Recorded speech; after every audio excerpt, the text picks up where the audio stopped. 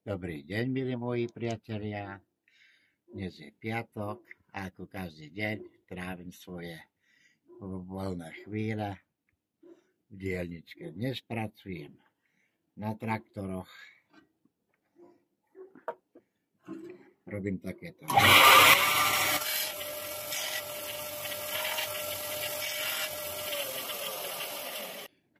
vlečky k traktoríku, o ktoré je veľký záujem. Snažím sa každého uspokojiť čím skôr, ale ide to pomaly.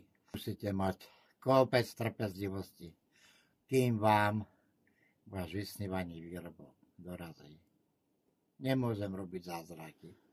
Nemôžem ani uprednostňovať ten a ten potrebuje dovtedy a dovtedy, no nedá sa to všetko stíhať. Takže aspoň takto sa vám prihovorím. Dnešný deň idem makať. Táto hračka je pre niekoho z vás. Určite budete mať s nej veľkú radosť. Ja tiež, nakoľko vďaka vám, mám aj robotu.